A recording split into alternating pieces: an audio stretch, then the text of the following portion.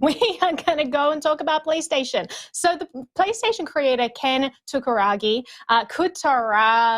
and I hope that I pronounced that correctly, he equates Metaverse to nothing more than an anonymous message board. He gave an interview recently with Bloomberg. He said that the metaverse is isolating. He said that VR headsets are annoying. He said that being in the real world is very important, but the metaverse is about making quasi-real in the virtual world. And I can't see the point of doing that.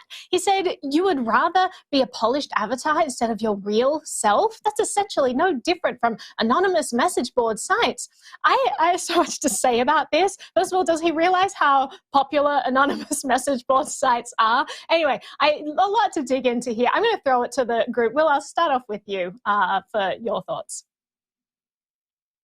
Yes, and this is a great time for me to air my own personal concerns about the metaverse. So you guys are going to have to bear with me during it. The thing that doesn't make sense to me about gaming in the metaverse and VR land is the games people want to play are really interactive. Like think Call of Duty, World of Warcraft, those kind of games, League of Legends, really, really interactive. And how do you do that in VR land, like around your kitchen table or in your apartment, and you're not bumping into things? So that's like my own complaint about metaverse, and I'll kind of go back to the story. And if you guys have thoughts on that, I'd be interested to get them because I don't really understand. I want to go in on that. But I want to go in on that. Let's hear it. All right, so this is this definitional muddle that happens around metaverse, right? Metaverse doesn't equal VR. VR doesn't equal metaverse. It's all these other things. It's like, I hate it. It's crazy. So it doesn't have to be virtual. Like you go to Decentraland or whatever, it's just browser based. You like putz around. And the beauty of these like open metaverses, I think, is that these are like sticky experiences in which you can get ownable and therefore sellable assets based on the amount of time and energy you put into these spaces. So I think PlayStation guy here is talking about the Facebook vision for the metaverse, which is highly linked to VR because they own Oculus. So clearly they want that to be a more VR experience. But there are plenty of open metaverses that exist and are used currently that have nothing to do with VR. So we need to like start thinking about some new words for this stuff because everyone is just talking past each other because they're using the same word to describe like 6 different things. And it's just annoying to me. Just the words, man. Really quick. I'm a word guy. All right. Really quick before I hand it off to Naomi. That's a really good point because I was looking at this headline and it was from the creator of PlayStation. What do you play on a PlayStation? You play World of Warcraft. I think that's a computer-based game, but you do play things like Call of Duty.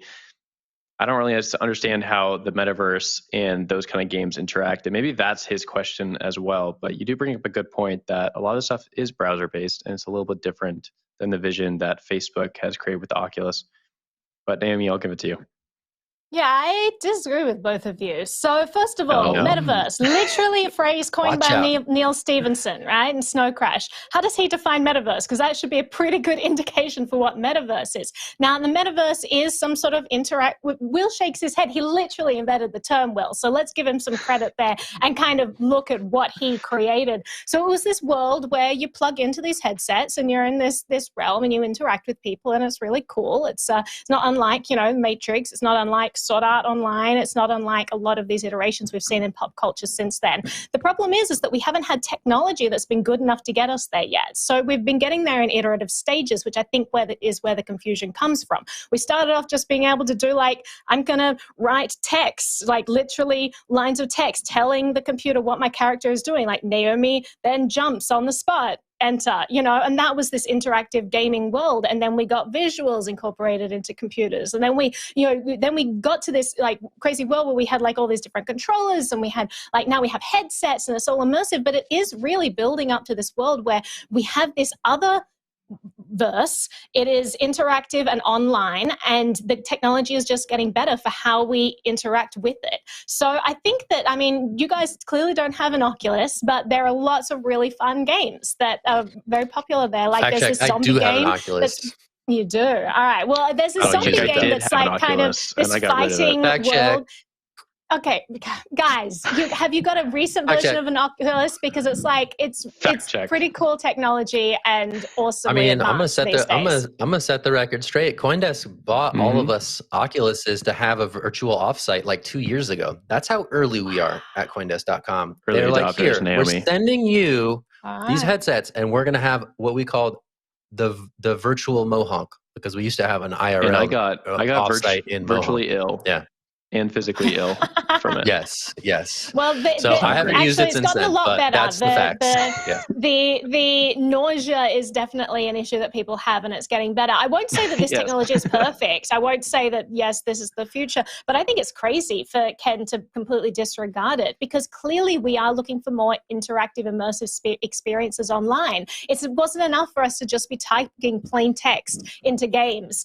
We had to add images to that. We had to add this interactive component, and actually being in a world where you turn your head and you could see all of these things, you see people coming at you, like that's pretty cool. I think it's crazy that he's completely discounting that, and I wonder whether it's because PlayStation just hasn't bought into this technology. He's like, well, we're not doing it, and it's dumb anyway. Like, I mean, this is a real movement that's going on, and I think that the technology is going to continue to advance and may even end up with like projections, holographic projections around a room. You know, like there could be all kinds of directions that this metaverse world could go in, but it's definitely interesting. And Zach, I'll throw it back to you.